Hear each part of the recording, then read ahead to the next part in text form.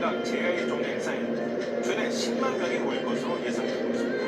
네, 서울 보신각에서 새해를 맞는 시민들부터 만나보겠습니다. 김우준 기자, 도로 통제도 벌써 시작됐다던데요. 이 날씨가 매우 추워졌는데 시민들이 많이 나오셨나요? 네, 지금은 보식 행사 리허설 준비가 한창입니다. 그리고 보신각 정말 말 그대로 삶의 추위가 매섭습니다. 가만히만 있어도 입김이 날 정도입니다. 이곳은 현재 체감온도 영하 11도 밑으로까지 떨어졌습니다. 이런 강한 한파임에도 불구하고 정말 많은 시민들의 발걸음이 이곳 보신각에 향해 이어지고 있습니다. 시민들은 두터운 외투로 이 종무장 한채 서로 3, 4, 5 모여서 2025년에 대한 아쉬움 그리고 2026년 다가오는 새해에 대한 희망찬 서로 덕담을 나누는 분위기가 한창입니다. 시민들의 목소리 함께 들어보시겠습니다. 올해는 뭐 기쁜 일도 많았지만 조금 힘든 일도 많았던 한 해였던 것 같아요. 그래서 내년에는 조금 더 좋은 일들 많이 생겼으면 좋겠고요. 제가 내년에 군대를 가야 되는데 안전하게 잘 갔다 왔으면 좋겠습니다. 네, 보신각 타종 행사는 밤 11시부터 시작됩니다. 특히 타종 직전 보신각 지붕 등의 카운트다운 숫자가 표시되며 새해를 맞게 됩니다. 오늘 타종 행사는 25년 동안 자살 예방 전화 상담을 해온 김기선 씨 등 시민 영웅 11명이 함께합니다. 네, 김우준 기자, 이번엔 보신각뿐 아니라 명동과 광화문에서도 새해맞이 행사가 크게 열린다면서요? 네, 그렇습니다. 이번 올해는 보신각뿐 아니라 명동과 광화문에서도 처음으로 대규모 카운트다운 행사가 열립니다. 마치 뉴욕의 타임스 스퀘어처럼 초대형 전광판에 카운트다운 영상을 동시 송출하고 이를 시민들이 함께 지켜보며 새해를 맞이하겠다라는 겁니다. 특히 처음 명동에서는 신세계백화점 본점을 중심으로 14개 전광판에서 2026년 카운트다운 쇼 라이트 나우가 펼쳐집니다. 광화문에서도 KT와 서울역사 박물관 등에 설치된 9개 대형 전광판에서 카운트다운 미디어 아트가 이어집니다. 한복 패션쇼와 K-팝 공연 등 풍성한 볼거리도 선사합니다. 서울 도심 곳곳에서 카운트다운 행사가 동시에 열리는 만큼 만일의 사태에 대비해 3천여 명의 경찰이 배치되어 있고요. 지하철과 시내버스도 내일 새벽 2시까지 연장 운행합니다. 지금까지 서울 보신각에서 KBS 뉴스 김우준입니다. 네, 다음 소식입니다. 오늘 계속된 쿠팡 청문회에서 위원들은 로저스 대표가 위증했다고 몰아붙였고 로저스 대표는 부인했습니다. 민주당은 위증죄 고발과 국정조사를 예고하면서 김범석 의장이 나서라고 촉구했습니다. 먼저 이지훈 기자입니다. 국회에 도착한 쿠팡 헤럴드 로저스 대표. 근로자 유족과 노조가 강하게 항의합니다.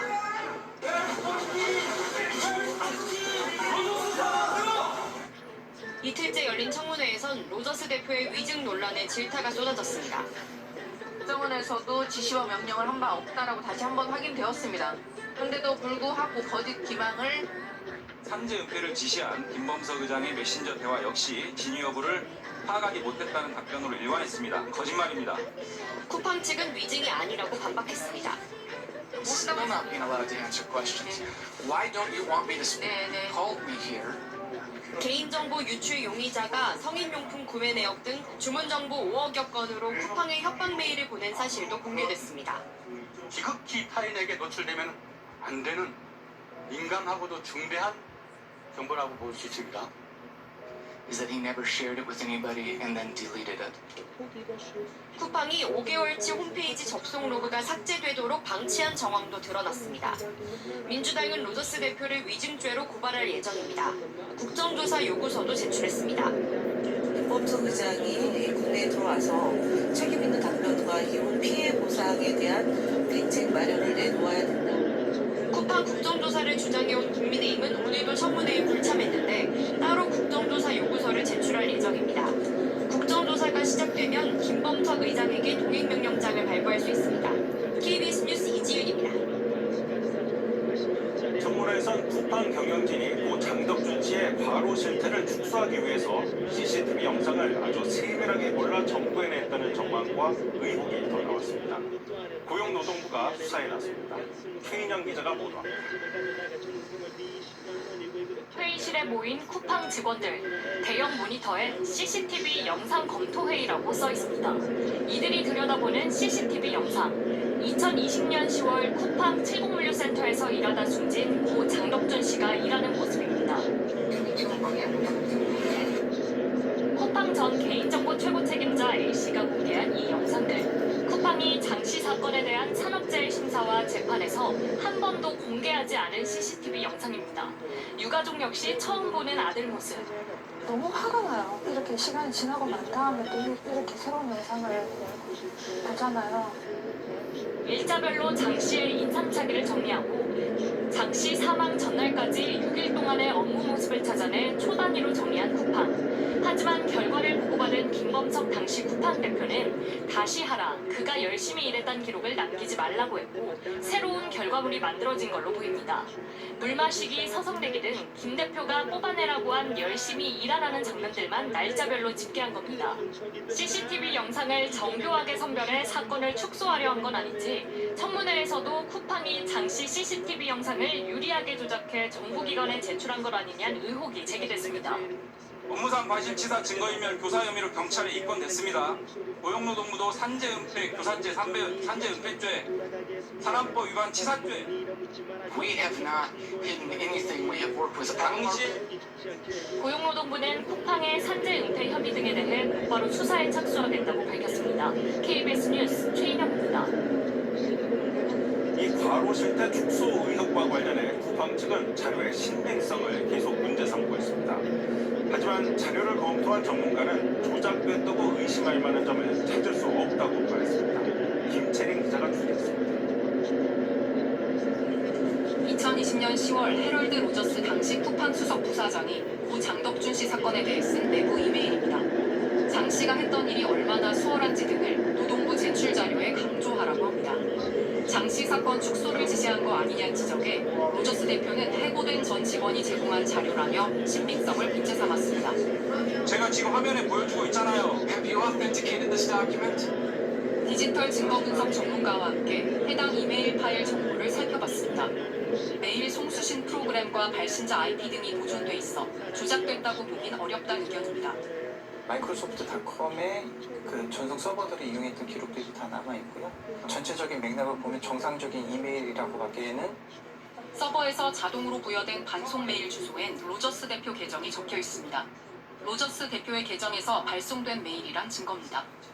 이 계정을 쓰는 사람이 이 발신이라는 게 확인이 되는 건가요? 맞습니다. 이메일을 제보한 전 쿠팡 고위직 A씨 측은 필요하면 모든 이메일 포렌식에 협조하겠다고 밝혔습니다. 쿠팡은 고 장덕준 씨가 열심히 일한 기록을 남기지 말라는 김범석 쿠팡 INC 대표의 5년 전 시그널 메시지의 진위도 문제 삼았습니다. 하지만 쿠팡은 올해 법정에서 이 메시지의 존재를 인정한 걸로 확인됐습니다. 쿠팡과 소송 중인 A씨가 이 메시지를 재판 증거로 제출하자 쿠팡 측 대리인인 김앤장은 위조를 주장하긴커녕 이 증거를 자신들에게 유리한 방향으로 활용했습니다. 한편 김범석 대표에게 국정조사에 출석하라는 뜻을 전하라는 말에 로저스 대표는 자신은 지시할 위치에 있지 않다고 답했습니다. KBS 뉴스 김채린입니다. 강선우 민주당 의원이 공천을 대가로 1억 원을 받았다는 의혹을 서울경찰청이 수사하게 됐습니다. 당사자인 강 의원과 김경 서울시 의원은 공천 대가로는 돈을 주고받은 적이 없다고 부인하고 있습니다. 모두의 최유경 기자입니다.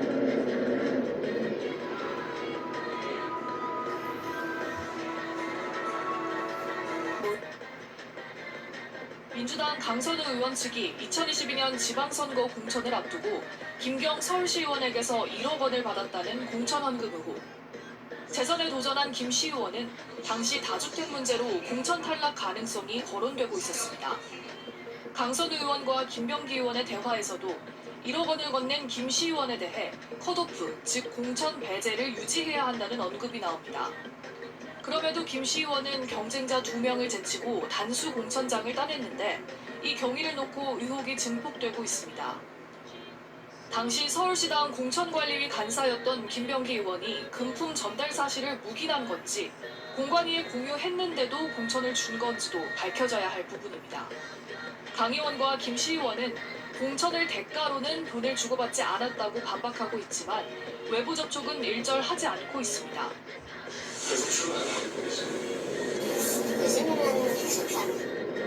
고발장을 접수한 경찰은 곧바로 사건을 서울경찰청 공공범죄수사대에 배당하고 수사에 나섰습니다. 강 의원이 즉시 돌려주라고 했던 1억 원이 지금 어디에 있는지 규명하는 게 첫 관문입니다. 법조계에선 강 의원과 김 시의원에게 정치자금법과 청탁금지법 위반 혐의가 적용될 수 있다고 보고 있습니다. 뇌물죄의 경우 직무 관련성이 인정돼야 하는데 강 의원이 김 시의원의 공천에 영향을 미쳤는지 여부가 쟁점이 될 거로 보입니다. KBS 뉴스 최경입니다.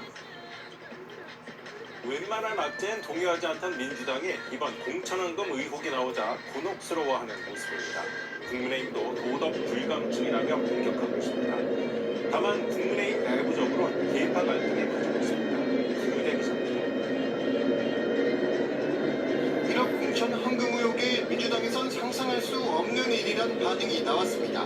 당 공천 시스템 전체가 신뢰를 잃을 수 있다는 우려도 나오고 있습니다. 너무 충격적이어서 우리나라 모두가 거의 멘붕에 빠져야 돼요. 도저히 받아들일 수 없는 구태의 악습들이 부활한 것 같아서 대단히 불쾌하고, 앞서 불거졌던 여러 비위 의혹과 구설수들이 재소환되면서 더욱 곤혹스러운 모습입니다. 집권 2달 만에 불거진 이춘석 의원의 주식 차명 거래 의혹과 국정감사 기간 국회에서 딸 결혼식을 연 최민희 과방위원장 논란, 장경태 의원의 성추행 의혹과 문진석 원내 운영수석부대표의 인사청탁 문자 논란 등입니다. 원조 직명인사들조차 김현지 실장에게 한 수 접고 인사청탁을. 국민의힘은 이 모든 것이 민주당의 도덕적 불감증 때문이라면서 공천 헌금 의혹을 정조준하고 있습니다. 조직적 범죄라고 여권 전반을 겨냥하고 있는데 특검 카드도 내밀었습니다. 단수 공천장은 1억 원에 대한 그냥 현금 영수증입니다. 경을 7일입니다. 새해 강도 높은 대여 투쟁을 벼르고 있지만 당내 상황은 녹록지 않습니다. 이른바 당 게시판 사태로 내용에 빠진 모습입니다. 한동훈 전 대표에게 책임이 있다는 당무감사의 조사 결과에 한 전 대표 측은 조작됐다며 반발했고, 지도부 일각에선 용서받지 못할 일이라고 맞서며 계파 갈등이 촉발되는 양상입니다. KBS 뉴스 김유대입니다.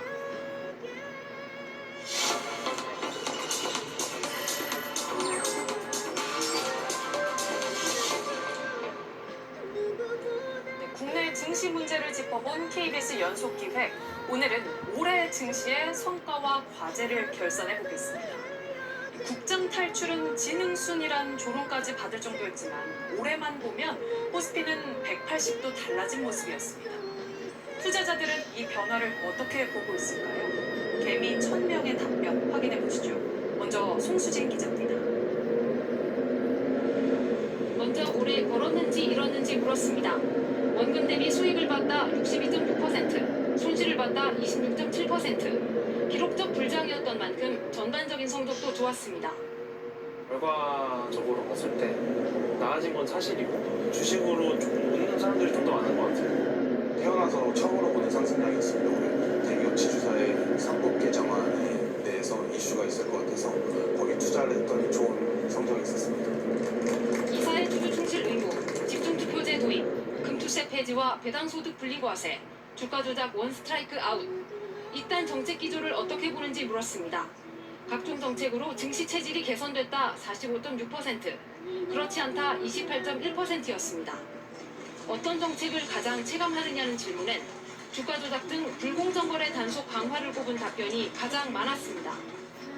주가 조작은 반드시 배가 망신시킨다는 생각으로 빠른 시일 내에 1호 사건과 2호 사건을 만들어낸 것이 국민들의 신뢰를 얻는 것으로 생각합니다. 눈에 띄는 건 투자 이력에 따른 온도차입니다. 소득이 많고 투자 경력이 긴 쪽이 그렇지 않은 쪽보다 정책 성과를 높게 평가했습니다. 20대는 전 연령대를 통틀어 정부 정책에 대해 가장 부정적인 평가를 내렸습니다. 중소형, 성장주 투자자 10명 중 4명이 손실을 봤다고 답했습니다.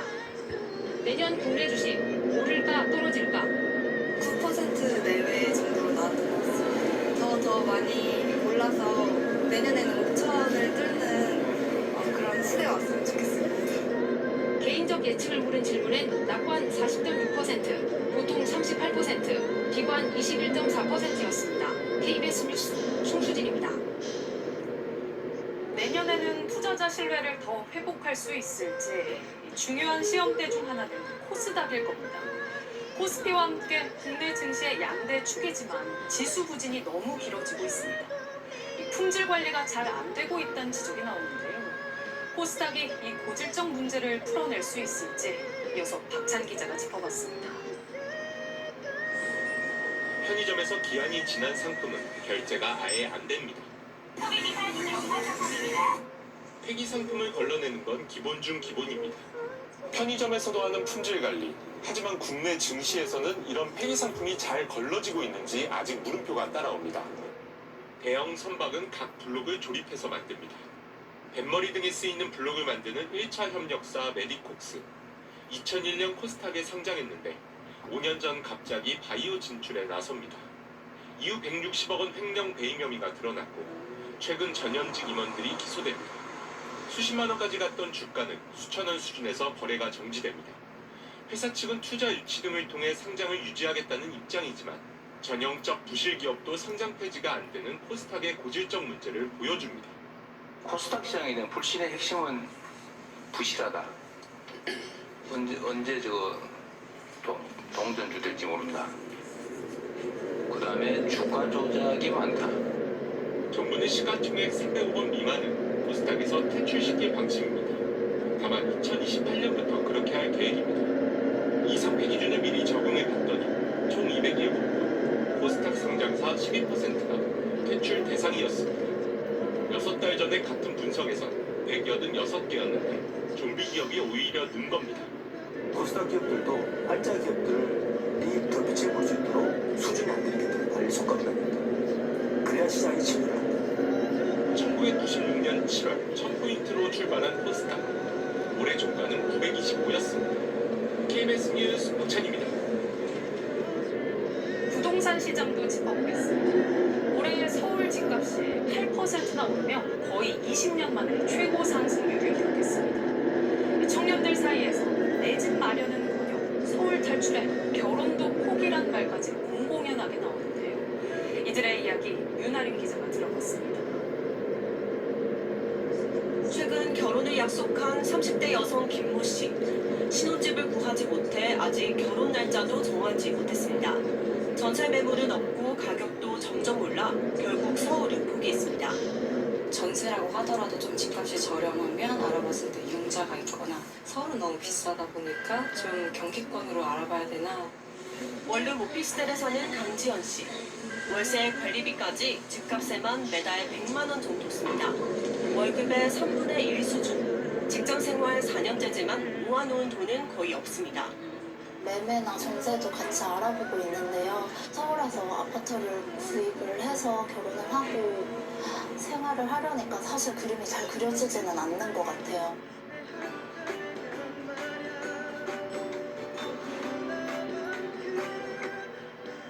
주변 친구들과 만나면 늘 비슷한 얘기가 오갑니다. 정말 많이 해요. 그래서 다시 지방으로 내려오라는 친구들도 있고. 올해 서울 아파트 값은 8% 올랐습니다. 지난해보다 2배 가까이 높은 상승률입니다. 2006년 이후 19년 만에 가장 높은 수준. 하지만 내 집을 가진 청년은 10명 중 1명에 불과합니다. 부동산 가격 급등으로 대부분 연령대의 자산이 지난해보다 늘었는데 청년 자산만 줄었습니다. 절망적이긴 하죠. 왜냐면은 제가 연봉이 막 오르는 것보다 이제 부동산 가격이 더 많이 오르니까 어디에서 매물을 찾아야 될지 자체가 고민인 것 같아요. 내 집 마련이라는 것 자체도 거의 꿈을 못 꾸고 있는? 지난해 서울에 떠난 인구 중 절반은 청년이었습니다. KBS 뉴스 윤달입니다. 네, 올 한해 산업계의 화두는 인공지능 AI였죠. 이 AI를 두고 벌어진 미중 간 패권 경쟁 속에 한국은 반도체와 같은 제조업 기술로 큰 경쟁력을 보여줬습니다. 이를 바탕으로 앞으로 AI 강국에 진입할 수 있을지 풀어야 할 과제를 정재우 기자가 취재했습니다. 올해 1월 중국 스타트업이 내놓은 AI 딥시크. 챗GPT의 20분의 1 비용에 미국산 고성능 칩 없이도 비슷한 성능으로 세계를 놀래켰습니다. 我们的出发点就不是成绩赚一笔，而是走到技术的前沿，去推动整个生态发展。 AI 패권을 잃을까 미국은 700조 원 규모 AI 기반 사업 스타게이트 프로젝트로 맞섰습니다. 한국에도 협력을 요청했습니다. AI 시설 구축에 필수인 고성능 반도체 그 핵심 생산처가 삼성전자, SK 하이닉스여서입니다. Very excited to get to build Stargate Korea and data centers with our wonderful partners. AI 반도체 1위 기업 엔비디아는 우리 정부와 기업에 최신 GPU 26만 장 공급을 약속하며 협력을 제안했습니다. Deep technical capabilities, you have software capability and artificial intelligence capability, and you also have such an incredible manufacturing base, industrial base. AI의 중심축이 제조업과 AI의 결합으로 옮겨지며 반도체, 주선, 가전, 철강 등 한국의 높은 제조 역량이 강점이 된 겁니다. 정부는 2030년까지 현재 5% 미만인 제조업 AI 도입을 40%까지 끌어올리겠다는 계획을 내놨습니다. 다만 아직 독자적 AI 기술력이 부족한 건 약점으로 꼽힙니다. 우리한테는 위기이자 기회인 거예요. 기회가 된다는 것은 서방진영 최고의 제조창이다. 위기라는 것은 AI에 뒤처져 있다. 데이터 구축, 투자 지원, 인재 양성 등 AI 발전 기반이 될 생태계를 신속히 구축하는 것도 과제입니다. KBS 뉴스 정재우입니다. 이 같은 AI 열풍 속에 반도체는 우리 수출도 이끌었습니다. 미국발 관세 여파 등으로 수출 부진 우려가 매우 컸는데 이를 뚫고 전체 수출이 역대 최대를 기록했습니다.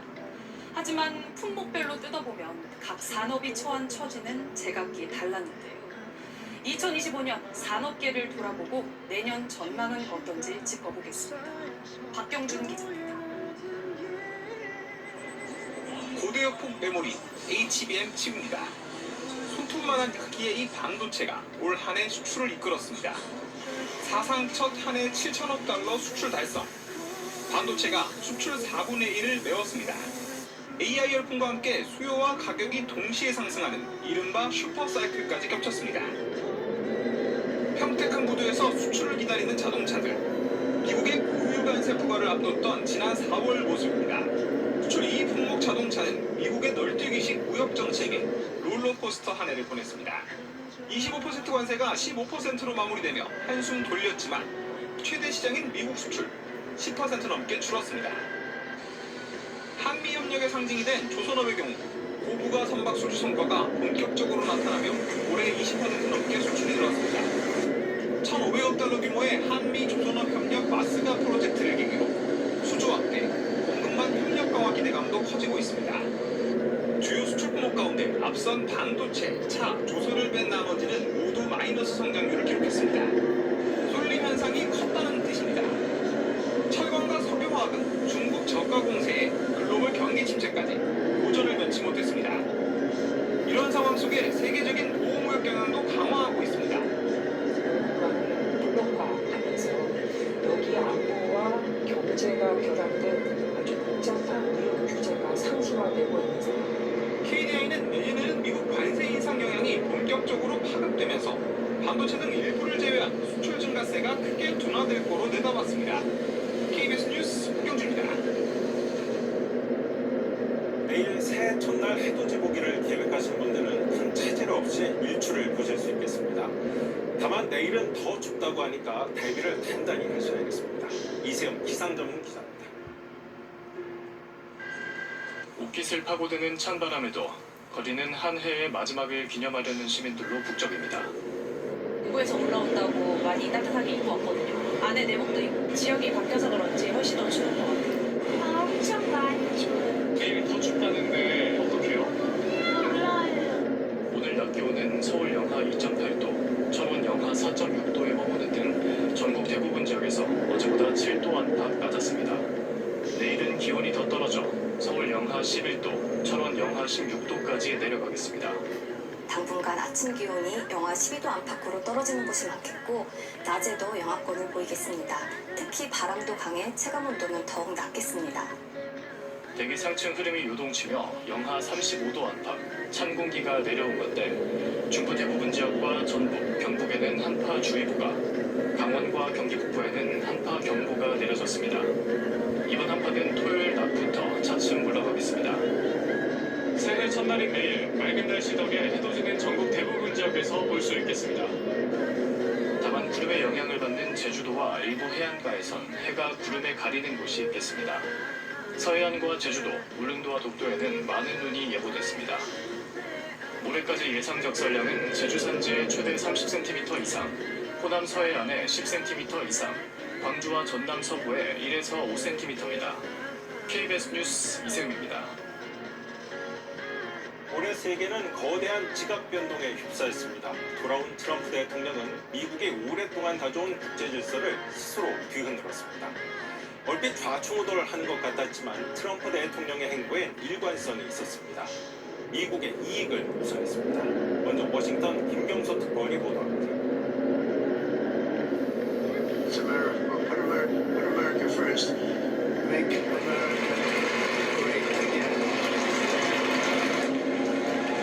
돌아온 트럼프 대통령은 더 독하게 미국 우선주의를 밀어붙였습니다. 중국과는 타협을 모색하고 러시아에 종종 끌려가면서도 그들을 함께 맞섰던 동맹들에게는 가혹했습니다.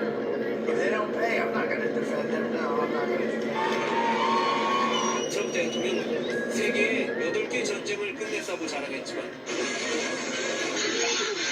단기적 봉합일 뿐 미국은 근원적 문제를 해결해야 하는 골치 아픈 역할은 원치 않았습니다. 세계의 경찰 미국이 고개 돌린 사이 러시아는 우크라이나를 포기하지 않았고 중국은 타이완을 거립니다. 세계 각국은 스스로를 지키기 위해 군비 경쟁에 뛰어들어야 했습니다. 미국의 해외 대외 원조도 대폭 삭감됐습니다. Because we're the piggy bank that everybody steals from, and they've been doing it for many years, for decades. 그 틈은 중국이 파고들어 위안화 앞에 나라들을 줄 세우고 있습니다. 베네수엘라 대통령을 쫓아내겠다며 유조선을 납포하고 불법 이민과 마약을 뿌리 뽑겠다는 트럼프식 정책도 주변국을 등돌리게 했습니다. 내년엔 중간 선거가 있어 트럼프 대통령은 더 노골적으로 미국 우선주의를 추구할 겁니다. 2026년에도 세계는 이제는 새로운 기준이 된 미국의 일방주의를 지켜봐야 합니다. 워싱턴에서 KBS 뉴스 김경수입니다. 미국 우선주의는 관세라는 수단을 통해서도 뚜렷하게 표출됐습니다. 트럼프 정부의 관세 정책으로 세계 무역 질서는 혼돈에 빠졌고 이는 미국 소비자들에게 부메랑이 되기도 했습니다. 뉴욕 박일중 특파원입니다.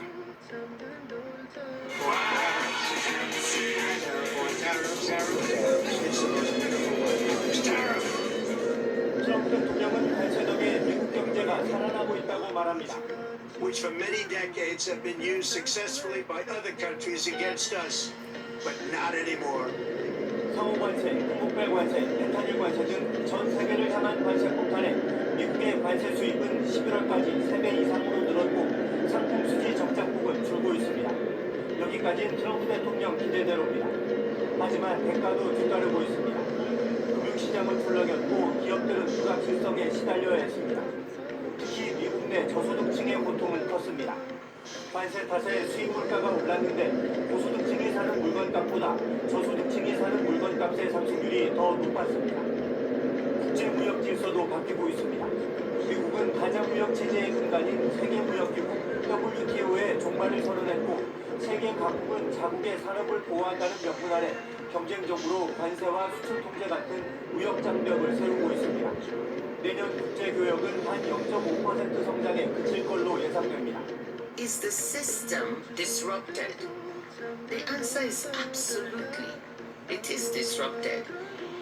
미국의 상호관세 정책은 대법원이 적법성을 심사 중입니다. 무효 결정이 내려지더라도 트럼프 행정부는 다른 수단으로 관세를 계속 부과할 방침이어서 관세는 세계가 내년에도 견뎌내야 하는 상수가 될 겁니다. 뉴욕에서 KBS 뉴스 박일중입니다. 관세 정책에 더해 트럼프 대통령은 반도체와 히토류, 방위산업 등에서 정부 간섭을 크게 키웠습니다.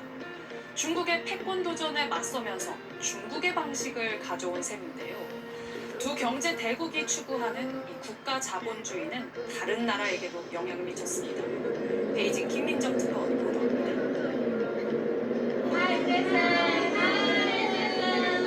틈만 나면 중국을 찾아 러브콜을 보낸 엔비디아 CEO.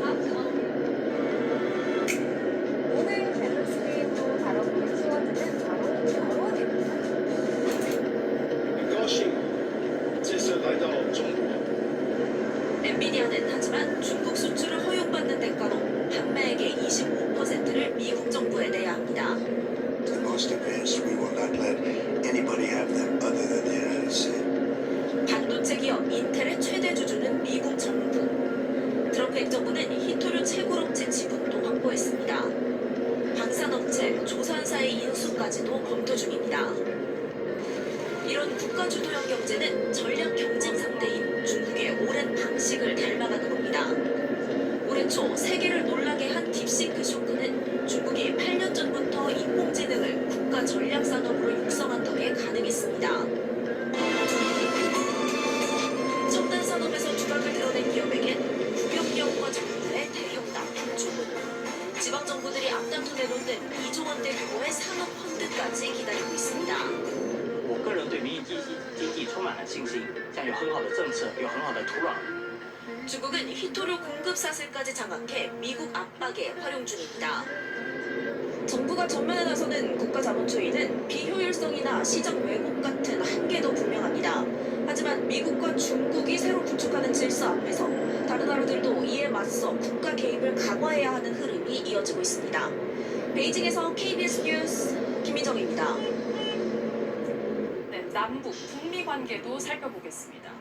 올해 우리나라와 미국은 북한을 향해 거듭 대화를 제안했지만 북한은 별다른 반응을 보이지 않았습니다. 대화하려면 비핵화 얘기는 꺼내지도 말라며 협상 문턱을 끌어올리고 있는데요.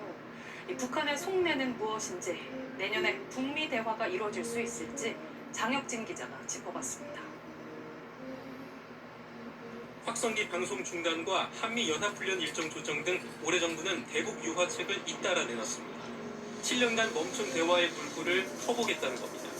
인내심을 가지고 선제적으로 주도적으로 남북 간의 접대가 완화될 수 있도록. 트럼프 미국 대통령도 여러 차례 만남을 제안하며 제재 완화 카드까지 꺼내들었지만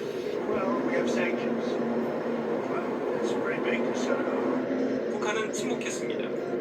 러시아 파병과 중국 전승절 참석 등으로 전략적 위상을 끌어올린 데다 대북 제재도 일부 무력화되면서 급할 게 없는 상황이 된 겁니다.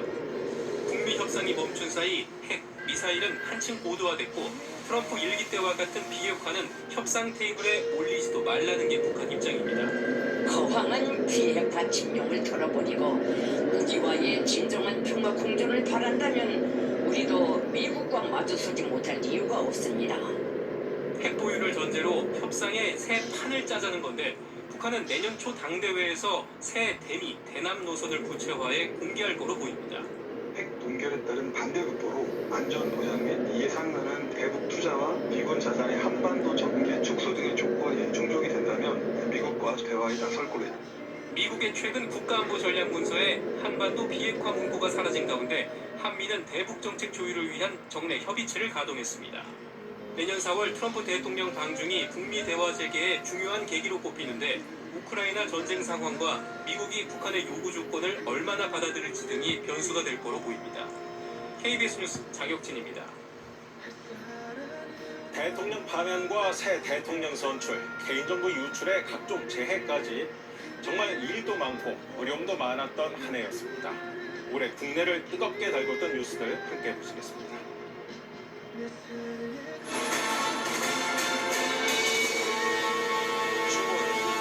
시청구인 대통령 윤석열을 파면합니다.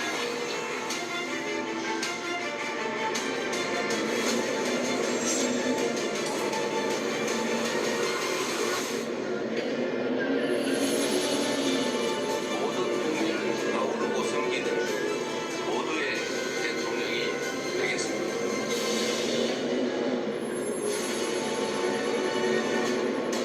2천억 달러를 전액 현금화한 걸로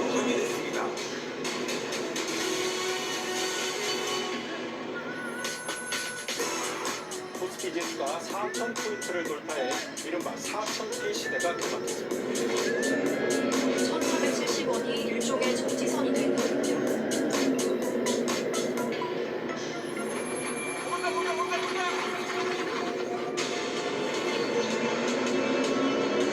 잔일이 생기겠지만 근데 뭐 당장 그걸 지금 너무 가뭄이니까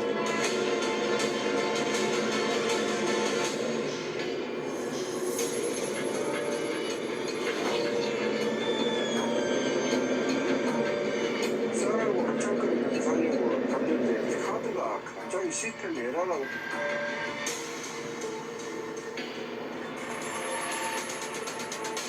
온라인 검색에 이루어지는 것이죠. 커피가 아니면 나올 수가 없으니까 한번 들어가면 탈출을 못하지요.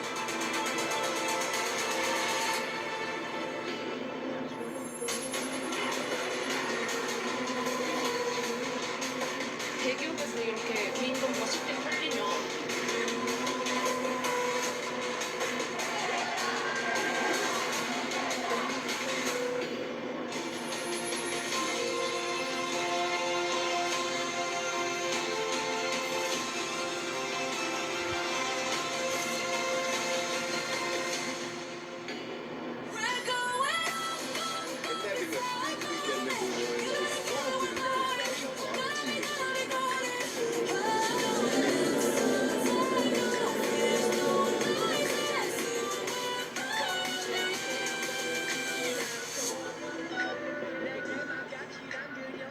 네, 조금 전에도 보셨듯이 올해는 대형 해킹 사고가 줄이은 정보 보안 참사의 해라고 해도 과언이 아닙니다. 내 개인정보는 공공재랑 자주 섞인 말까지 나올 정도입니다. 먼저 국민을 불안하게 만든 해킹 사태들을 강푸른 기자가 전합니다. 사상 초유의 유심 대란을 불러왔던 SKT 해킹 사태부터 지난달 쿠팡의 대규모 개인정보 유출까지 다양한 수법의 초대형 해킹 사건이 1년 내내 이어졌습니다. 피해자만 300만 명에 이르는 롯데카드 해킹은 8년 전 서버 업데이트를 누락했다가 감염된 악성 코드가 원인이었습니다. SKT를 뒤흔든 것도 4년간 정체를 숨긴 악성 소프트웨어였습니다.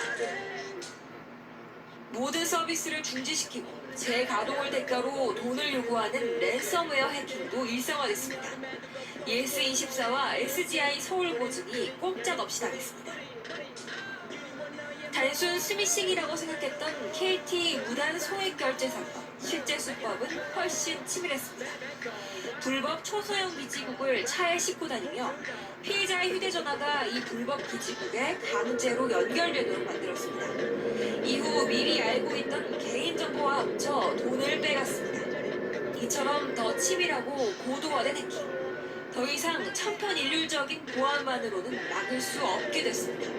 악성 코드를 계속 제작하기가 어려우니까 AI를 활용해서 이렇게 변종들을 만들어내거나 돈을 주고 대신 랜섬웨어 공격을 해주는 이런 서비스들이 나오고 있거든요. 지난 10년 동안 사이버 침해 범죄는 2배로 늘었지만 검거율은 아직도 20%대에 그치고 있습니다.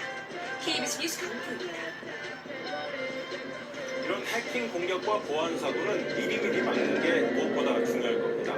계속 의심하고 검증하며 선제적으로 대응하고 피해를 최소화하는 기술들이 나오고 있습니다. 그래서 황정호 기자입니다. 퇴사한 직원에게 내부망이 뚫리면서 대규모 개인정보 유출 사고를 일으킨 쿠팡. 아무도 믿지 말고 계속 검증해야 한다는 일명 제로트러스트 보안 방식이 주목받는 이유입니다. 이 업체는 AI를 활용해 악성 문자를 차단하는 기술을 내놨습니다. AI를 이용한 자동 경험치를 대상으로 해가지고 계속 누적 데이터를 만들어가고 있거든요. 공격자가 개인정보를 탈취하기 위해 정상적인 접근으로 속여 침입하더라도 스미싱 같은 2차 피해로 이어지는 걸 막기 위해서입니다. URL을 분석하는 기술에 있거든요. 스미싱 확인 서비스라든지 큐싱 확인 서비스라든지. 해커가 서버를 뚫고 내부망에 접근해도 데이터를 평문 형태로는 볼 수 없게 하는 기술도 나왔습니다. 이 기술이 적용되면 관리자라 하더라도 별도 장치에 보관된 인증키 없이는 암호화된 데이터에 접근할 수 없습니다. 데이터를 풀지 않고 암호화된 상태에서 수행을 합니다. 데이터의 소유주는 자기만 가지고 있는 개인 비밀 기록, 이것을 배제해서 기존 보안 체계를 고려하면서도 상시적이고 선제적인 방어가 시급하다는 의견이 나옵니다. 기존의 보안 관리 기능을 고도화해서 이 보안 가시성을 확보하고 그다음에 보안 모니터링을 강화해야 된다고 생각합니다. 해킹과 개인정보 유출이 일상화된 상황. 2차 피해 방지를 위해 보안의 기본을 되돌아보자는 지적에 귀를 기울여야 할 시점입니다. KBS 뉴스 황정우입니다. 일하다 죽지 않는 사회를 만들자며 중대재해처벌법을 시행한 지 4년이 흘렀습니다. 하지만 누구나 공감할 만한 변화는 아직 없는 듯합니다. 최민영 기자가 취재했습니다. 채석장에서 토사면이 무너져 작업자 3명이 숨진 상표산업 붕괴 사고. 2022년 1월 중대재해처벌법이 시행된 지 이틀 만에 발생해 1호 사건으로 불리지만 아직 1심 선고도 나지 않았습니다. 경영 책임자로서 산재 사망사고 예방 어떻게 하고 계십니까? 검찰이 상표그룹 정도원 회장에게 징역 4년을 구형한 가운데 선고는 내년 2월로 예정돼 있습니다. 사업주나 경영 책임자에게 형사 책임을 묻는 중대재해처벌법. 시행 4년째를 맡고 있지만 현장의 변화는 더디기만 합니다. 추락 방지 안전장비를 사용하지 않는 일은 다반사. 자재를 옮길 때도 작업자가 이동할 때도 안전규정을 지키지 않는 경우가 많습니다. 사망자 수는 다소 줄었지만 법 시행 이후에도 2,288명이 일터에서 목숨을 잃었습니다. 업종별로는 건설업에서, 유형별로는 추락사고가 가장 빈번했습니다. 가장 많은 운전자가 떨어져서 죽고 있습니다. 수원 안전한 수입 또는 제발 재래식 안전선 설치 안전장비 지급이 있었으면 합니다. 중대재해처벌법으로 유죄가 선고된 사건은 65건. 이 가운데 실형을 선고받은 피고인은 6명. 나머지는 모두 집행유예나 불금형에 그쳤습니다. KBS 뉴스 최민영입니다. 산업 현장에서 숨진 사람들, 또 범죄에 희생된 피해자들, 이들의 유족은 새해를 앞두고 어떤 걸 바라고 있을까요? 김보당 기자가 만났습니다. 2018년 겨울 태안 화력발전소에서 혼자 일하다 숨진 고 김용균 씨의 어머니 김미숙 씨. 아들과 같은 하청 노동자들의 열악한 근로 환경을 알리기 위해 어머니는 거리로 나섰습니다. 현장에 있는 위험한 일을 하고 있는 사람들이 다 연금이와 같다는 생각 때문에. 하지만 올해도 화력발전소 산업 현장에선 노동자들의 죽음이 잇따랐습니다. 사실 저는 발전소가 안전한지는 줄 알았어요. 그 사고 나기 전에. 근데 전혀 아니었구나. 2년 전 사촌동생을 떠나보낸 이경숙 씨. 이 씨의 사촌동생은 출근길 집 앞에서 전 남자친구에게 살해당했습니다. 경찰에 수차례 스토킹 신고를 했지만 피해를 막지 못했습니다. 피해자의 근처에 오는 거를 감시를 아무도 안 하는데 막을 수 있는데 나라에서 아무것도 하지 않는구나. 지난해에만 200여 명이 배우자나 애인 등을 숨지게 한 혐의로 경찰에 붙잡혔습니다. 피해자 가족들의 새해 소망은 일터와 일상이 더 안전해지는 겁니다. 일어나기 전에 보호조치가 될 수 있도록 보호조치 자체가 법안으로 만들어져야지만 누군가는 계속 죽어나가고 있다라는 거, 그리고 그게 다른 사람이 아니고 내가 될 수 있다라는 것을 인식을 할 때까지 이게 그렇게 되어야만 산재가 줄지 않을까. KBS 뉴스 김보담입니다. 비상계엄으로 인한 후폭풍은 올해 검찰과 법원 역시 뒤흔들었습니다. 안팎에서 증폭된 신뢰의 위기 속에 변화를 요구받고 있습니다. 슬기로운 해법이 절실합니다. 정상빈 기자가 보도합니다. 대통령 체포를 앞두고 둘로 쪼개진 대한민국. 2025년은 그렇게 시작됐습니다. 우리가 다시 내란식의 유승희를 즉각 구속하라. 이어진 현직 대통령 체포와 구속 모두 사상 초유의 일이었습니다. 이 나라에는 법이 모두 무너졌습니다. 덕분한 시위대에 법원은 구법천지로 변했고 구속 취소 결정은 법원과 검찰에 대한 불신의 벽을 높였습니다. 윤석열 대통령이 풀려났습니다. 체포돼 구금된 지 52일 만입니다. 탄핵 이후에도 신뢰 회복은 쉽지 않았습니다. 윤석열 정부 시절 V0로 불렸던 김건희 여사를 무혐의 처분했던 검찰. 검찰청 폐지가 확정된 뒤에도 대장동 사건 항소 포기로 또다시 정치검찰이란 오명을 뒤집어썼습니다. 권한을 선택적으로 행사하는 바람에 검찰에 대한 불신이 생겼다. 반년을 이어온 3대 특검이 끝나자 여야는 이제 상대편을 수사하는 특검을 만들자고 나서고 있습니다. 원하는 수사 결과를 적용하거나 더 나아가서 재판의 결과가 나오게 되면 그것이 원하는 결과가 되면 사법정의 실현이라고 칭송하고 이 고비를 끊어야 한다는 목소리가 어느 때보다 절박한 2025년의 끝자락입니다. 수사기관과 그런 법원의 정치적인 중립성과 독립성을 더 강화하는 방향으로 살아있는 권력을 통제하는 역할을 하는 언론기관에 대한 하나의 될 수 있도록 제도적 보완이 이루어져야 된다. KBS 뉴스 정상빈입니다. 새해가 되면 여러 제도에도 변화가 생기죠. 내년부터 매달 10만 원이 지급되는 아동수당의 연령이 8살까지 1살 높아집니다. 또 임신 가능 여부를 알 수 있는 가입력 검사 지원 대상도 확대되는데요. 새해 달라지는 복지제도 박민경 기자가 정리했습니다. 결혼을 계획 중인 30대 여성입니다. 건강한 임신과 출산을 준비하기 위해 산부인과를 미리 찾았습니다. 가입력 검사 비용 대부분을 정부가 지원해줍니다. 결혼이나 자녀 여부에 상관없이 20살에서 49살까지 여성은 최대 13만 원, 남성은 최대 5만 원을 지원받습니다.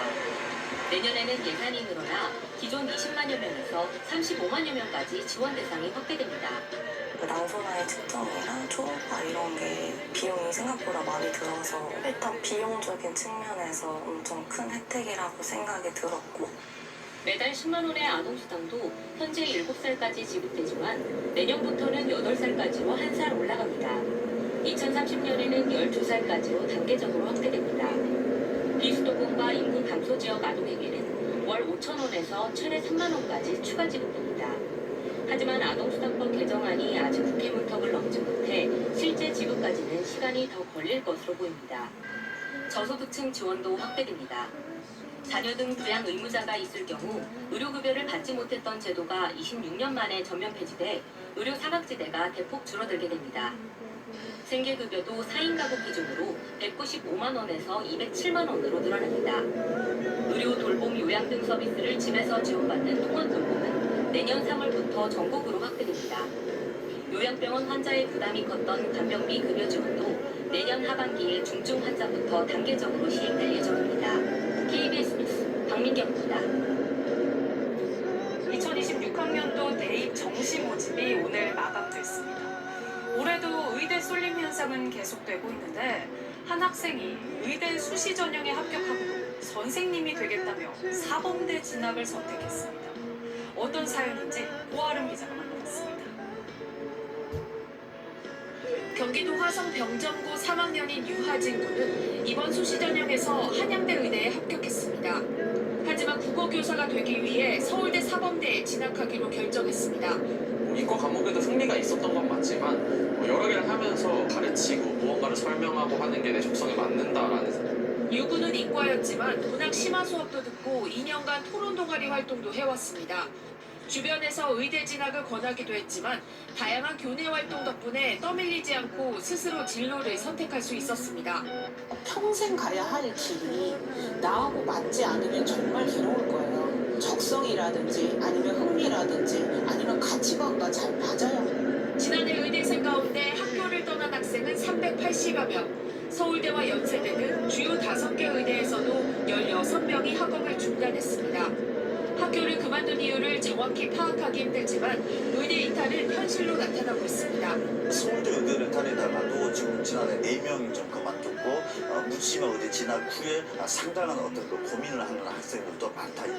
유군은 자신이 그랬듯 학생 누구나 자기 길을 찾아가는 교실을 만들고 싶다고 말합니다.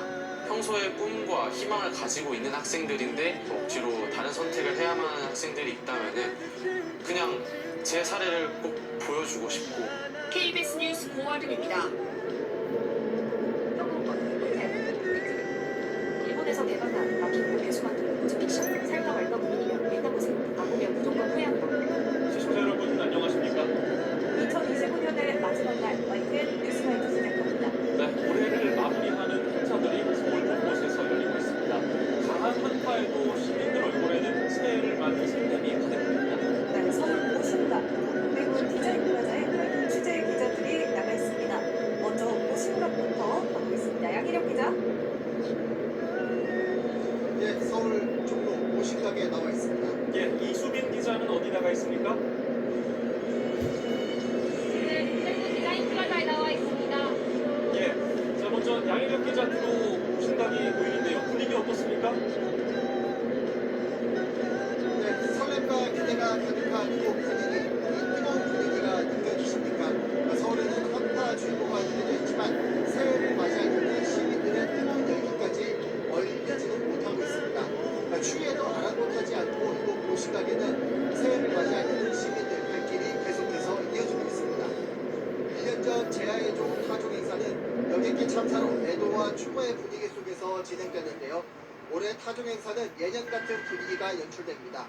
새해를 알리는 타종에는 25년 동안 생명의 전화 상담을 이어온 김귀선 씨 등 시민 영웅들, 자선 활동으로 선한 영향력을 끼친 가수 션과 공감과 연대를 이야기하는 작가 정세랑 씨 등 각계각층을 대표하는 11명이 타종 행사로 참여합니다. 33번 타종이 끝나면 국민 록밴드 크라잉넛이 시민들과 힘찬 2026년 새해 시작을 함께합니다. 이번 제야의 종 타종 행사에는 10만 명이 모일 것으로 예상됩니다. 인파 밀집으로 인한 안전사고에 철저한 대비가 필요한데요. 서울 지하철 종로역은 오후 11시부터 내일 새벽 1시까지 무정차 통과하고 늦은 밤까지 행사를 관람한 시민들 귀가를 위해 지하철과 버스 모두 새벽 2시까지 연장 운행됩니다. 또 원활한 행사 진행을 위해 내일 오전 7시까지 모신각 주변 교통이 통제되니까 이곳을 지나는 분들은 참고하시기 바랍니다. 네, 이수빈 기자도 동대문 디자인 플라자 현장 분위기 전해주시죠. 뒤쪽으로 좀 화려한 게 보이네요. 네, 보시는 것처럼 무색찬란한 빛이 DDP 건물 한면을 가득 메우고 있습니다. 영화의 추운 날씨지만 이곳 DDP는 평소보다 사람이 몰리고 있는데요. 기념과 함께 관련된 포토존에서 사진을 찍으며 추억을 남기는 모습도 보이고 가족과 연인, 외국인까지 모두가 한껏 들뜬 표정으로 속된 분위기를 즐기고 있습니다. 지난 18일부터 DDP에서는 연말을 맞이해 시민들에게 풍성한 볼거리를 제공하는 미디어 파사드가 열리고 있습니다. 미디어 파사드는 건물 외벽을 거대한 화면 삼아 영상이나 조명 등을 이용해 이미지를 보여주는 기술인데요. 오늘 밤 11시부터 시작되는 카운트다운 행사에서는 밴드 솔루션스의 공연과 함께 개그맨 박명수 씨의 디제잉도 펼쳐집니다. 경찰은 이곳 DDP에 2만여 명이 몰릴 것으로 예상하고 현장 관리 인력 100여 명을 투입한 상태입니다. 조금 전인 밤 9시부터는 을지로 육가에서 청계 육가까지 이어지는 DDP 건물 앞쪽 도로를 통제하기 시작해 반대편 4개 차로만 통행이 가능합니다. 경찰은 인파가 몰리면 교통이 통제될 수 있는 만큼 가능하면 대중교통을 이용하고 차량을 이용할 경우 미리 교통정보를 확인해달라고 당부했습니다. 서울 곳곳에 사람들이 많이 모여드는 만큼 모두가 행복한 새해를 맞이하기 위해서는 무엇보다 안전사고에 유의하셔야겠습니다. 예, 지금까지 양희력, 이수빈 기자를 연결해봤습니다. 기자, 추운 날씨에 고생 많았습니다. 네, 새해 첫날 서해안과 제주도를 제외한 전국이 맑은 하늘이라 비교적 깨끗하게 첫 일출의 장관을 감상할 수 있게 될 전망입니다. 하지만 새해 한파는 더 심해져서 서울도 지구 내륙 체감온도가 영하 20도 안팎까지 급등할 것으로 보입니다. 정혜연 기자의 보도입니다. 2026년 병원년 새해를 밝히는 첫 태양은 강력한 한파 속에 떠오른 것으로 보입니다. 새해 첫날 아침 기온이 대부분 영하 10도 아래로 떨어지겠고 체감온도는 영하 20도에 육박하겠습니다. 특히 세미타파가 새해 초반까지 길게 이어지며 한낮에도 체감 밤 영하 10도 안팎의 추위가 나타나겠습니다. 기상청은 서울 등 중부와 남부 곳곳에 한파 경보와 주의보를 확대 발령하고 해맞이 같은 야외 활동 시 보온 대비를 철저히 해달라고 당부했습니다. 새해 첫 해돋이는 내륙에서 대부분 깨끗하게 볼 수 있을 전망입니다. 가장 먼저 일출을 볼 수 있는 곳은 독도로 오전 7시 26분 첫 해가 떠오르겠습니다. 내륙에서 가장 빠른 곳은 울산 백절곡과 방어진으로 오전 7시 31분, 이어 부산 해운대 7시 30분, 강릉 정동진 7시 39분, 경포대에서는 7시 40분 밝은 해가 모습을 드러내겠습니다. 서울에서는 오전 7시 47분, 경호는 첫 해가 떠오를 예정입니다.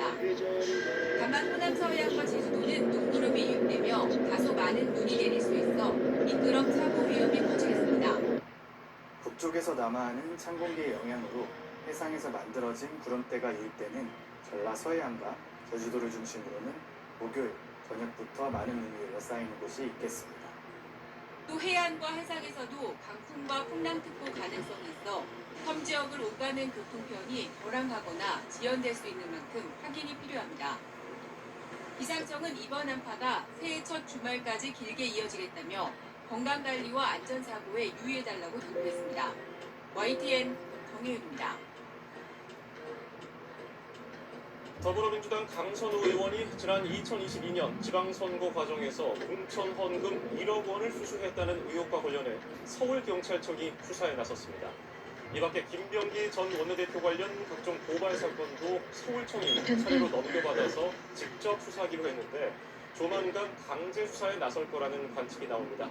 이현정 기자의 단독 보도입니다.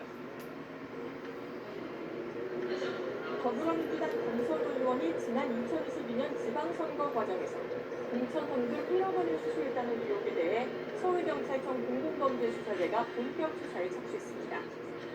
3년 전 민주당 서울시당 공천관리위원이었던 강 의원이 보좌관이 당시 예비후보였던 김경 서울시 의원으로부터 1억 원을 받았다는 의혹입니다. 당시 공천관리위원회 간사였던 김병기 전 원내대표와 상의한 녹취가 공개되는데 실제 김경 서울시 의원은 강서구 후보로 공천을 받아 당선됐습니다. 김 전 원내대표의 경우 공천 헌금을 묵인해 당의 업무를 방해했다는 의혹을 받습니다. 서울경찰청이 두 사람에 대해 직접 수사에 나선 가운데 김병기 전 원내대표의 다른 비리 사건도 잇따라 서울청에 이송된 것으로 YTN 취재 결과 확인됐습니다. 먼저 김 전 원내대표가 지난해 8월 보좌관에게 국정원에 다니는 아들의 업무를 도와줄 것을 지시했다는 고발 사건이 서초경찰서에서 이송됐고 지난해 11월 대한항공에서 160만 원 상당 호텔 숙박권을 받고 특혜 이전을 요구했다는 의혹도 영등포 경찰서에서 넘겨받았습니다. 이 밖에 장남 국정원 채용 개입 의혹, 지역구 병원 진료 특혜 의혹, 배우자의 9일의 업무 추진 및 사적 유용 의혹 등도 서울경찰청이 한꺼번에 수사합니다. 다만 차남의 숭실대학교 편입과 취업창탑 의혹 사건은 지난 9월부터 수사가 진행되어 만큼 공작경찰서가 계속 맡을 예정입니다.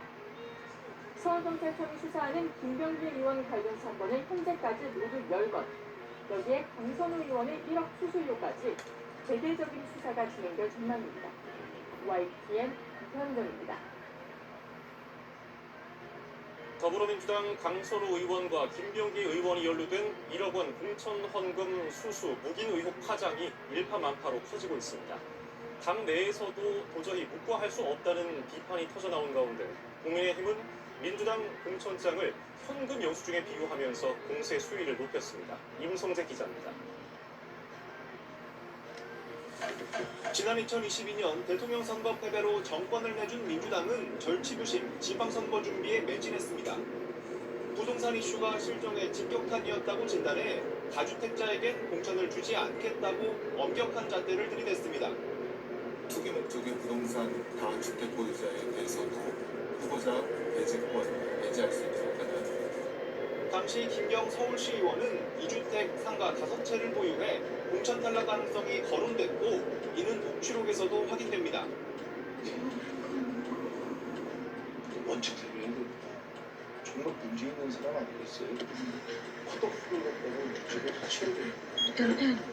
하지만 민주당 서울시당은 이대와 이튿날 김경시 의원을 간수공천에 뒷말을 낳았고 당시 거론된 1억 원이 공천 대가 아닌지 의심을 키우고 있습니다. 김경시 의원은 주택은 고령 어머니가 실제 거주하는 집이었고 이를 검토한 당이 적격 판정을 내렸다고 반박했습니다.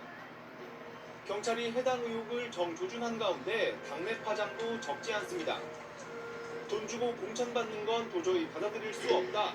모두가 멘탈 붕괴에 빠졌다는 등 공개 비판이 터져나온 겁니다. 광역 기초의원을 공천할 시에 그런 행위들이 사라진 건 한 20년 전인 것 같아요. 근데 그런 구태의 악습들이 부활한 것 같아서 대단히 불쾌하고, 여러 공천 의혹에 강도 높은 특검 수사를 받았던 국민의힘은 우리 당을 탈탈 털었듯이 민주당에도 똑같은 잣대를 들이대라고 목소리를 높였습니다. 특히 묵인 방조한 김병기 전 원내대표도 빠뜨리지 말고 제대로 수사하라고 직격했습니다. 그 단수 공천장은 1억 원에 대한 그냥 현금 영수증입니다. 김병기 원내대표가 비밀 병기의 역할을 했는지 수사로 밝혀야 될 일입니다. 국민의힘은 경찰 수사가 미진하면 특검까지 고려해야 한다고 경고했습니다. 새해 첫 입법으로 2차 종합특검과 통일교 신천지 특검을 약속한 민주당으로선 이른바 내로남불로 표현되는 이중잣대 비판을 고려하지 않을 수 없게 됐습니다. YTN 임성재입니다. 이른바 당원 게시판 사태를 둘러싼 국민의힘 내홍이 정점으로 치닫고 있습니다. 한동훈 전 대표 가족이 윤석열 전 대통령 부부 비방글을 썼다는 당 발표에 한 전 대표는 동명이인 글까지 조작해서 포함했다며 법적 조치를 예고했습니다. 박희재 기자입니다. 지난해 말 국민의힘의 익명 당원 게시판에 한동훈 전 대표와 가족이 윤석열 전 대통령 부부 비방글을 올렸다는 이른바 당계 사태. 당무위원회는 한 전 대표 가족이 연루됐다고 공식 발표했는데 가족이 올린 걸 나중에 알게 됐다며 1년여 만에 의혹을 처음 인정한 한 전 대표가 이튿날 감사자료가 조작됐다고 반박했습니다. 발표 내용에 동명이인이 쓴 게시물이 상당수 포함됐다면서 허위사실 유포에 엄중한 책임을 묻겠다며 법적 대응을 시사했습니다. 나경원 정치생명 끊어버립시다. 안철수, 이준석은 혐오 드림팀 등 당무위가 예시로 든 게시물은 2023년 초 동명이인 한동훈이 쓴 글이라는 겁니다.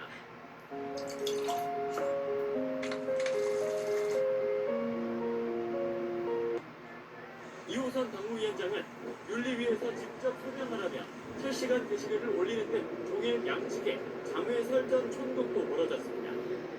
친한계 인사들은 한동훈 죽이기라며 강하게 반발했습니다.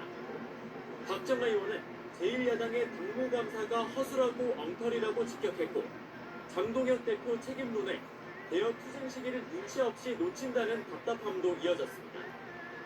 반대로 당 지도부는 내용이 필요 이상 길어지는 건 한 전 대표 때문이라고 꼬집었습니다. 해명할 건 해명하시고 사과할 게 있으면 빨리 사과하고 털고 가시면 된다. 법적 문제 이게 뭐 중요합니까? 단계 조사 자체가 분란이 아니라 단계를 썼던 것 자체가 분란의 씨앗이라고 보거든요.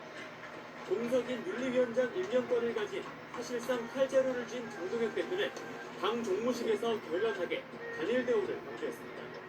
내일부터는 더 단단하게 뭉쳐서 더 힘차게 뛰자는 말씀을 드리는 게 초재선 의원을 중심으로 한 대한과 미래는 육군 특수전 사령부를 방문해 계엄에 사과하는 등 내홍과는 거리를 두며 외연적 의지를 온몸으로 외쳤습니다.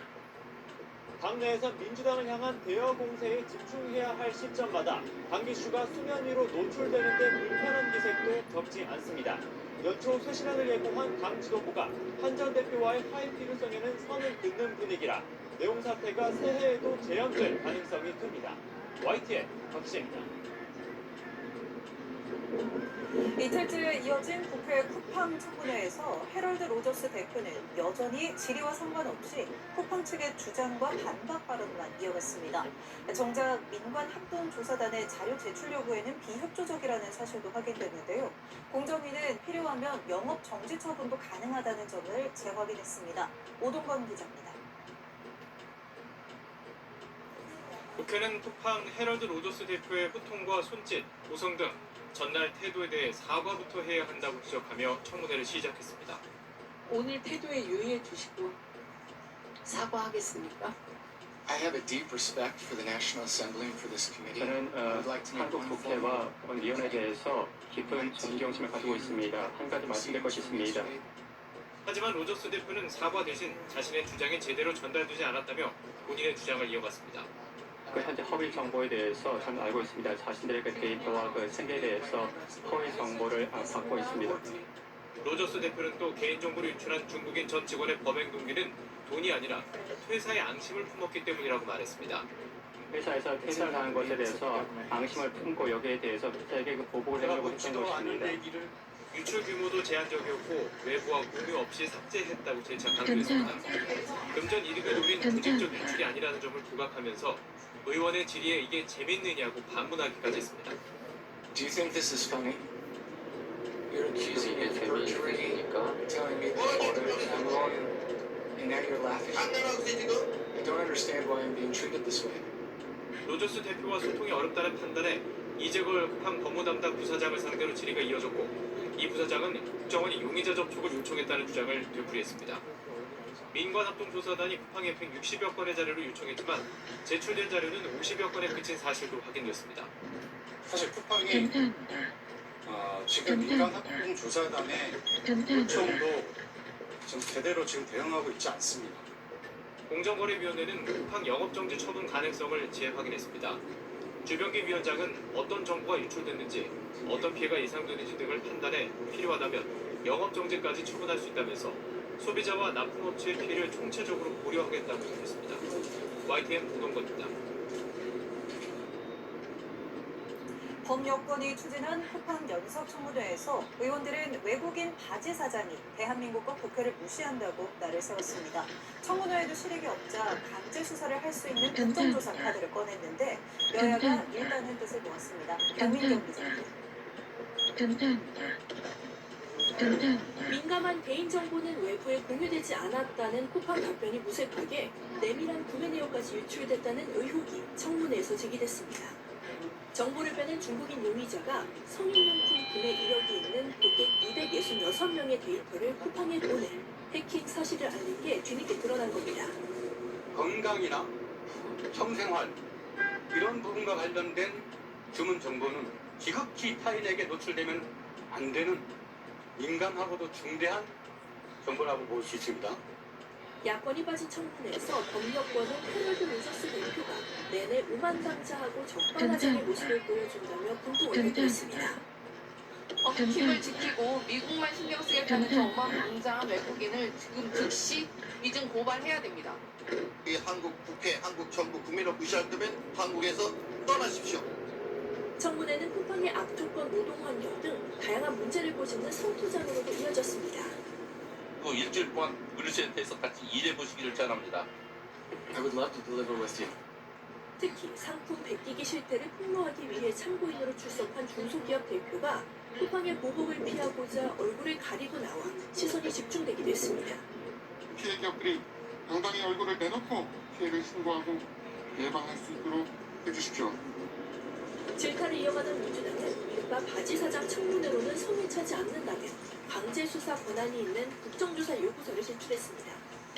어떻게든 김범석 의장을 증인석에 세우겠다며 모든 수단을 동원하겠다고 예고했습니다. 김범석 의장이 의지부동이라고 할 경우에 동행명령장을 발부할 예정이고요.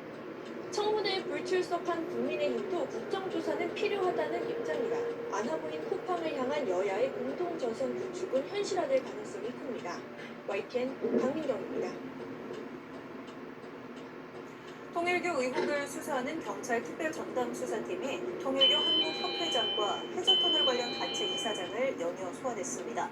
더불어민주당 전재수 의원의 금품 수수 의혹과 관련해서는 물증을 찾기 위해 통일교 핵심 간부의 집을 압수수색했습니다. 배민혁 기자가 보도합니다.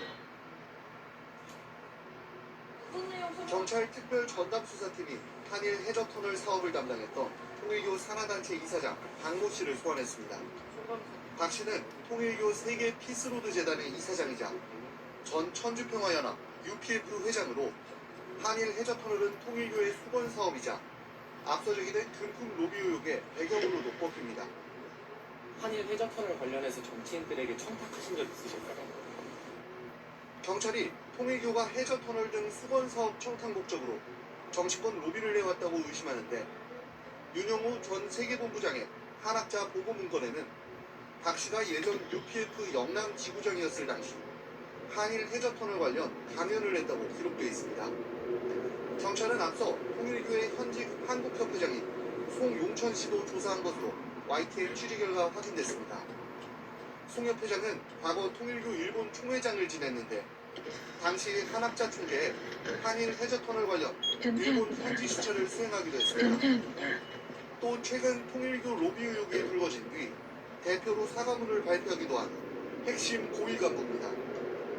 특정 정당을 지원해 이익을 얻으려는 계획이나 의도를 가진 적이 없습니다. 경찰은 송 씨와 함께 전 선문대 총장 황모 씨도 조사한 것으로 확인됐습니다. 불법 후원금 의혹 수사와 별개로 더불어민주당 전재수 의원 관련 수사에도 속도를 내는 모습입니다. 경찰은 정원주 전 통일교 총재 비서실장의 경기 가평 자택을 압수수색했는데 명품 시계 등 금품 수수 의혹의 물증 확보를 시도한 것으로 전해졌습니다. YTN 배민혁입니다. 김이 완전 끝장낼 수 있는 필살기. 뿌리까지 싹 도려내버리자고 피부과에선 긴급 대응팀까지 보냈대요. 한 번만 그냥 모른다.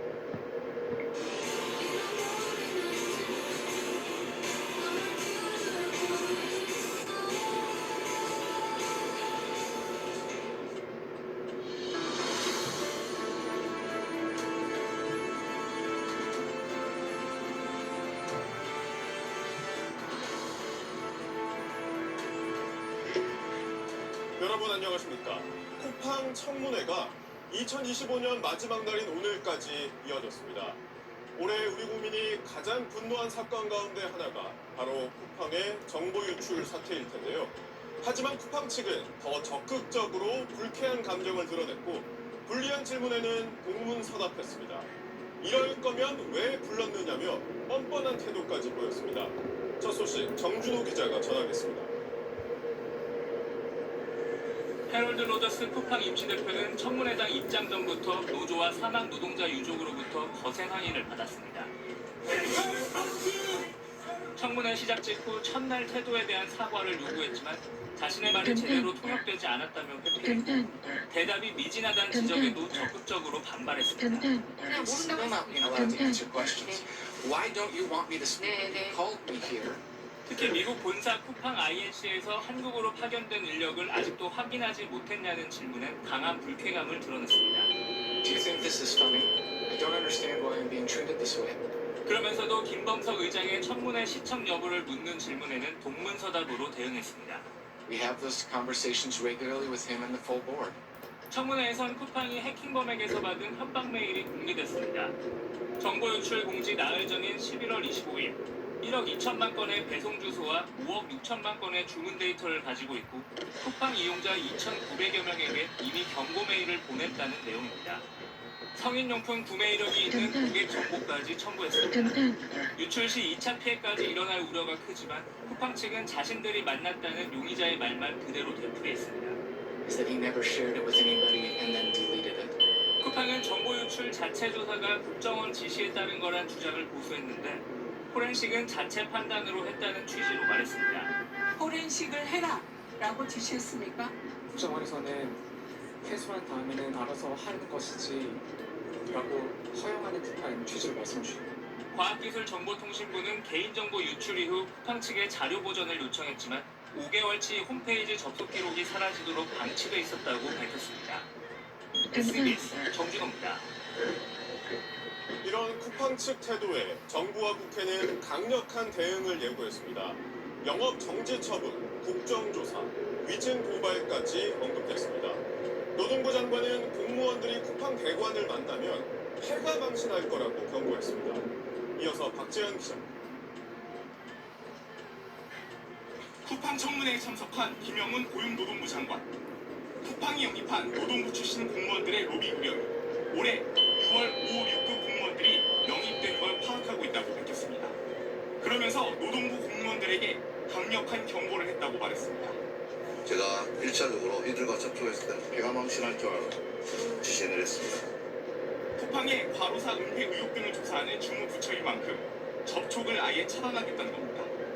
김 장관은 쿠팡 노동자들의 야간 노동에 대해 할 수 있는 조치를 먼저 하겠다고도 밝혔습니다. 주병기 공정거래위원장은 쿠팡 영업정지 처분 가능성을 재확인했습니다. 피해 회복 조치를 쿠팡이 적절히 할 수 있는지 이런 걸 판단해서 필요하다면 영업정지까지 처분할 수는 있습니다.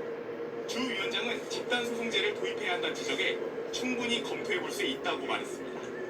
더불어민주당은 쿠팡의 불법행위 진상규명을 위한 국정조사 요구서를 국회에 공식 제출했습니다. 국정조사 범위는 쿠팡의 대규모 개인정보 유출과 함께 노동자 사망과 산재, 쿠팡의 불공정 경영 행태 등입니다. 민주당은 국정조사가 실시되고 김범석 의장이 계속 불출석하면 입국 금지에 나설 수 있다고 경고했습니다. 불출석으로 일관하고 그런다고 하면 고발 조치에 더해서 그런 입국 금지 조치도 저희가 소관 부처에 이미 요청해놓은 그런 상황이다. 민주당은 이틀간의 청문회를 마친 후 쿠팡 헤럴드 로저스 임시대표에 대한 위증죄 고발도 의결한다 방침입니다. SBS 박지현입니다. 고 장덕준 씨 사망 사건을 은폐했다는 의혹에 대해 쿠팡 측은 이틀 연속 오르세로 일관했습니다. 관련 자료를 믿을 수 없다는 말만 반복했습니다. 하지만 쿠팡은 이 사건 제보자와의 민사소송에선 자료들을 문제 삼지 않았고 오히려 자신들 주장의 근거로 활용했던 것으로 확인됐습니다. 보도에 고정현 기자입니다. 지난 2020년 10월 고 장덕준 씨 사망 사건을 논의하기 위해 쿠팡 임원들이 주고받은 이메일. 여기에 열심히 일한 기록이 남지 않도록 하라는 김범석 의장의 메신저 기록까지. 쿠팡 측은 오늘도 자료의 진위 여부만 따졌습니다. As to those documents, my understanding is they came from an executive who was terminated for workplace misbehavior. 이 행동 본 거는 기억납니다. 이런 내용에 대해서 이런 메시지가 주고받은 데 대해서는 저는 지금 기억하고 있는 게 없습니다. 오늘 청문회에선 쿠팡 측이 장 씨가 나오는 CCTV를 돌려보며 대응책을 논의하는 사진 등이 추가로 공개됐습니다. 이렇게 오너와 대표이사, 최고관리 책임자, 고위이면 30여 명이 동원돼서 무슨 짓을 벌인 겁니까 도대체? SBS가 확보한 쿠팡 임직원들의 이메일 파일에는 헤럴드 로저스 임시대표가 장 씨 사망 논의 과정에 관여한 내용이 그대로 담겨 있습니다. CCTV에서 물 마시기나 화장실 이용 시간까지 따진 영상 검수 체크리스트가 담긴 메일을 참조인 자격으로 수신했고 장 씨가 하루 5만 보를 걸었다는 유족 주장을 반박하기 위해 장 씨와 같은 일을 한 직원에게 만보기를 채워본 결과도 메일로 받았습니다. 쿠팡과 전 최고 개인정보 보호 책임자 사이 민사소송 과정에서 제출된 자료인데 쿠팡 측은 그동안 이 자료의 진위는 의심한 적이 없을 뿐 아니라 오히려 메일 내용이 진짜라는 걸 전제로 소송 상대방을 압박하기도 했습니다. 당신들이 충분히 확인이 가능하고 이미 소송 과정을 통해서 문제 제기를 안 했던 그런 것임을 알면서도 고의로 진위 확인이라는. 경찰은 고발장이 접수되면 이메일 등을 확보하기 위한 서버 압수수색과 로저스 대표의 출국 정지도 검토하겠다고 밝혔습니다. SBS 고정현입니다.